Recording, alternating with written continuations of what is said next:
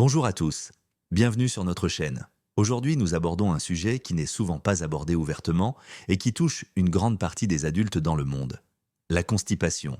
Il s'agit d'une affection qui peut aller d'un léger désagrément à un état gravement débilitant. Aujourd'hui, nous allons explorer les causes et les types de constipation et partager 10 remèdes naturels qui pourraient vous soulager. Avant d'explorer les solutions, il convient de comprendre le problème. La constipation se traduit généralement par l'émission de moins de 3 selles par semaine, des selles dures, des efforts et une sensation de blocage.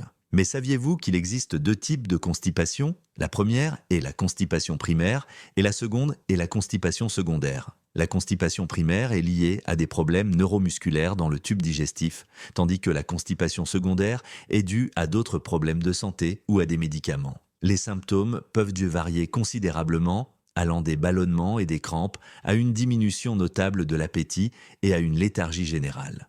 Mais qu'est-ce qui se cache derrière ces symptômes? Des facteurs tels que le fait de ne pas boire suffisamment d'eau, une alimentation pauvre en fibres, un stress excessif et des problèmes de santé sous-jacents jouent un rôle important. Voici donc quelques remèdes naturels pour soulager la constipation. Tout d'abord, les fibres. Les fibres ne sont pas qu'un simple mot, elles sont les meilleures amies de votre tube digestif, dont elles favorisent à la fois le volume et le mouvement. Qu'il s'agisse de légumes verts, feuillus, de fruits comme les kiwis, les poires, les oranges, les abricots et les pommes, ou de céréales, l'incorporation d'une variété de sources de fibres peut avoir un impact significatif sur la santé de votre intestin. Mais toutes les fibres ne sont pas identiques. Il existe des fibres insolubles qui accélèrent le passage des aliments dans l'estomac. Les fibres solubles, quant à elles, absorbent l'eau pour ramollir les sels. Parmi les fibres insolubles, on peut citer celles que l'on trouve dans le son de blé, les légumes et les céréales complètes. Parmi les fibres solubles, on peut citer le son d'avoine,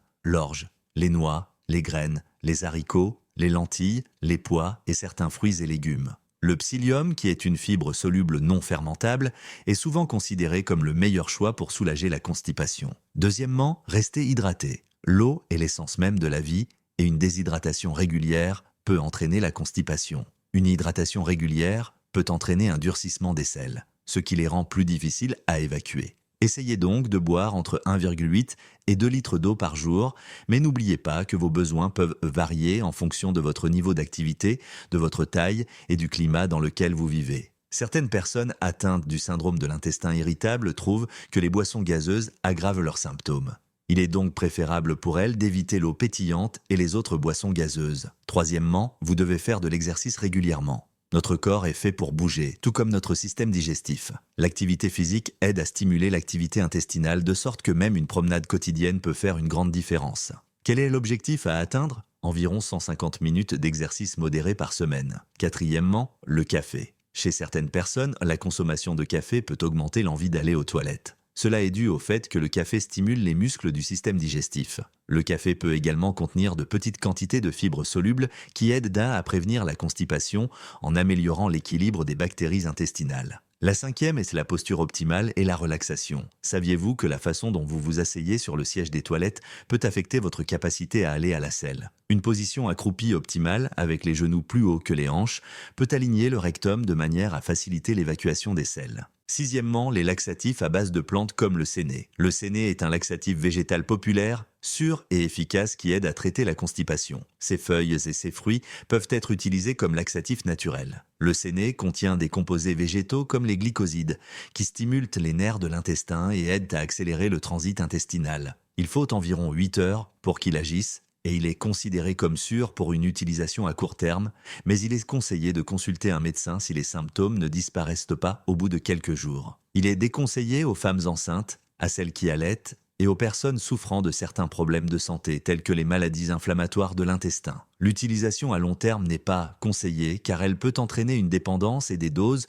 plus élevées sont éventuellement nécessaires pour obtenir le même effet. Septièmement, les probiotiques. Certaines personnes souffrant de constipation chronique présentent un déséquilibre des bactéries dans leur intestin. Les probiotiques que l'on trouve dans le yaourt, la choucroute et les compléments alimentaires peuvent aider à rétablir cet équilibre, améliorant ainsi la constipation. Ils aident à lutter contre la constipation en produisant des acides gras à chaîne courte, qui peuvent améliorer les mouvements de l'intestin, facilitant ainsi l'évacuation des selles.